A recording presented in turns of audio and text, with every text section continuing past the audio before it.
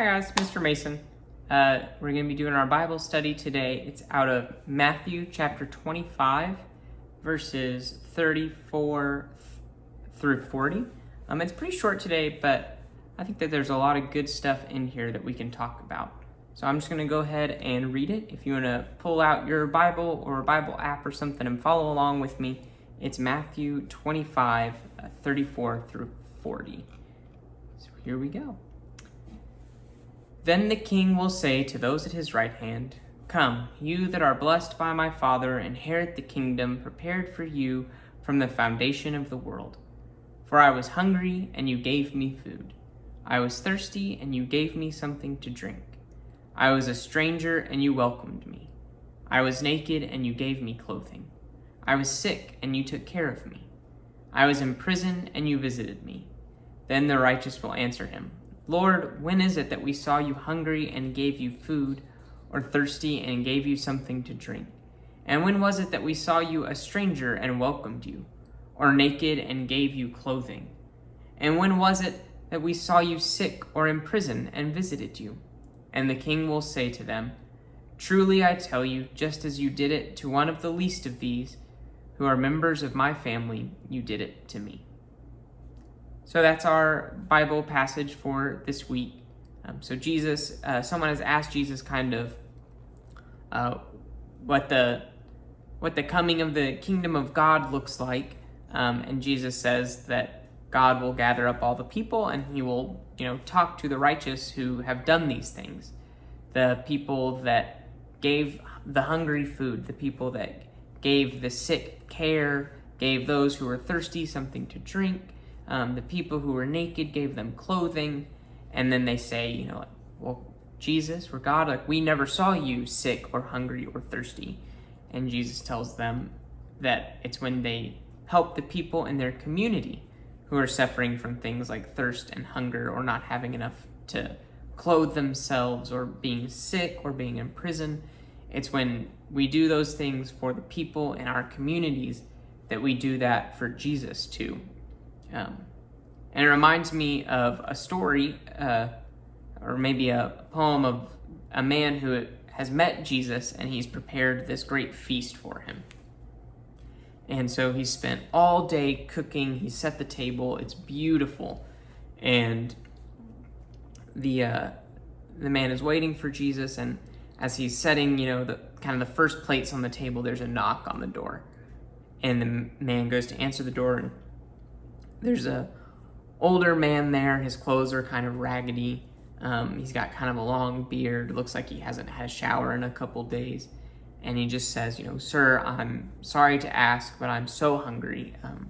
And I saw that your light was on, and I was wondering if you had any food that you could spare." And the man knows that Jesus is coming. So he's kind of reluctant, or maybe he doesn't want to give the food because he wants to have all this nice food for Jesus, but he just can't send this man out hungry. And so he takes the really nice bread that he had prepared and gives it to the man. Thinks like, well, our meal doesn't really need bread. There's enough other dishes here that we can make do with. And so the man takes the bread, thanks him, very kindly, and leaves. So he goes back into the kitchen, and he's making some more bread or some more dishes, because he wants to have a feast for Jesus. Jesus is a pretty big guest to have at your home. And as he's setting the drinks on the table, there comes another knock at the door. And he's like, "Oh, that must be Jesus. He's a little early." So he goes to the door, he opens it, and it's not Jesus, it's a woman. And she's got a baby with her, and she's saying, "Sir, I hate to ask you this, but I saw your light on, and I just need a little bit of help. I'm so thirsty. And my baby is hungry and tired. Do you have anything, that you could give us? Any water, any milk?"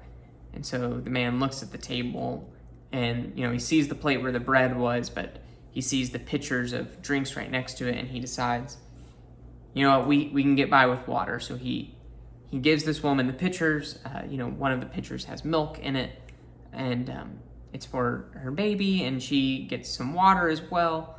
And her thirst is quenched, and so she thanks the man very kindly and then leaves.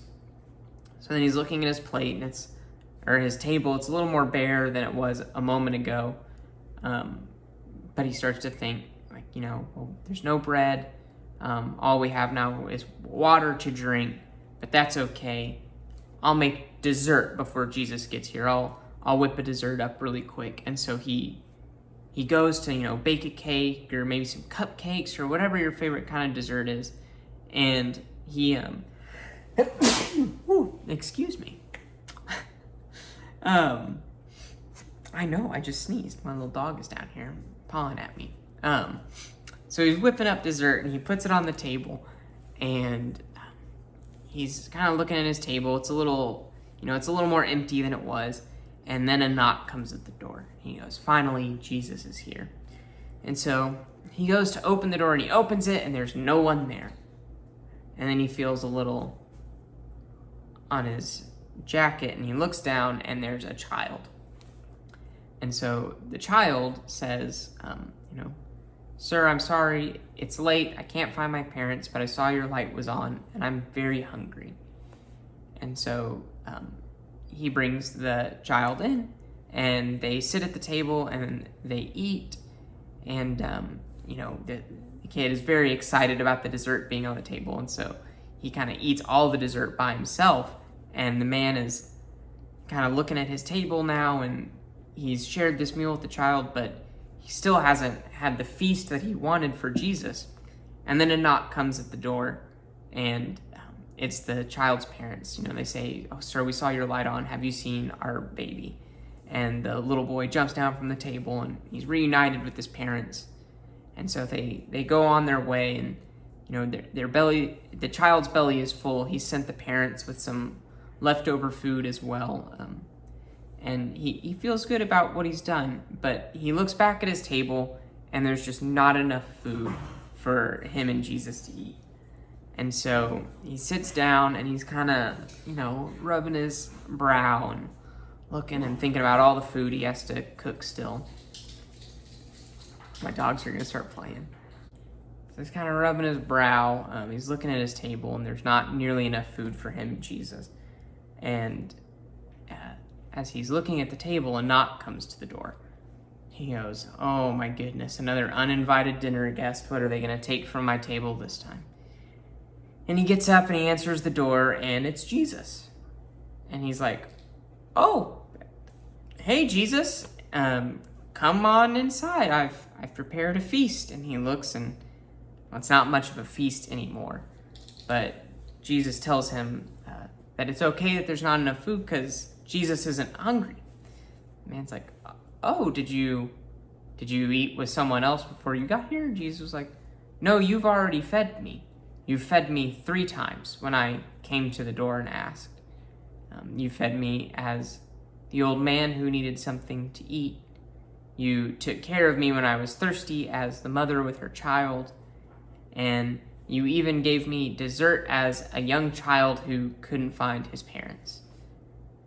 And so the man is sitting at his table looking at all the food that he thought he had given away to just strangers, and realizing that, they might have been Jesus in disguise, or they could have been strangers, and because Jesus knows what's in our hearts, he knew that the man had helped these people. And so he tells him, you have served a feast. It wasn't the feast that you were expecting, but it was the feast that my children needed.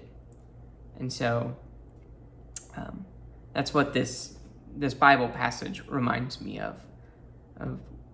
You gave me food when I was hungry. When I was thirsty, you gave me something to drink. When I was a stranger, you welcomed me. When I was naked, you gave me clothing. When I was sick, you took care of me. And when I was in prison, you visited me.